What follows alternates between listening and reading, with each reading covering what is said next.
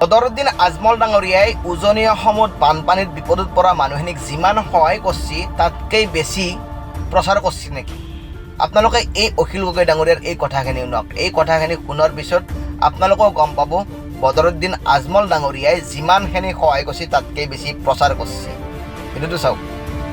আজমল ডাঙৰীয়াই যিমান প্ৰচাৰ কৰিলে সেইমতে সহায়টো তাতকৈ মই ফিল্ডত কম দেখিছোঁ, সহায়টো মই কম দেখিছোঁ। কিন্তু মই তাৰ অৰ্থটো এইটো নহয় যে আজমল ডাঙৰীয়াৰ সহায়টোক অস্বীকাৰ কৰিব খুজিছোঁ বা আজমল ডাঙৰীয়াই সহায় কৰা নাই বুলি ক'ব খুজিছোঁ।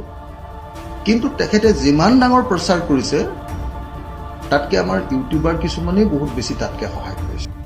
অখিল গগৈ ডাঙৰীয়াৰ এনেহেন কথা বাৰ্তাবিলাকত আমি অসমবাসী ৰাইজে স্পষ্টকৈ বুজি পাব লাগে যে বদৰুদ্দিন আজমল ডাঙৰীয়াই ইমান টকা দি শিৱসাগৰবাসীত মানে যোনখিনি মানুহ বানপানীত বিপদত পৰি আছে সেই মানুহখিনিক কোনো স্বাৰ্থ নোহোৱাকৈ সহায় কৰিব যোৱা নাই। সেইবাবে বদৰুদ্দিন আজমল ডাঙৰীয়াই তাতে পইচা দিয়াতকৈও বেছিকৈ প্ৰচাৰ কৰাৰ কাৰণে পৰিকল্পনা কৰিছে। হয়নে নহয়? আপোনালোকে আপোনালোকৰ মতামতবিলাক কমেণ্ট ছেকশ্যনত কমেণ্ট কৰি জনাব।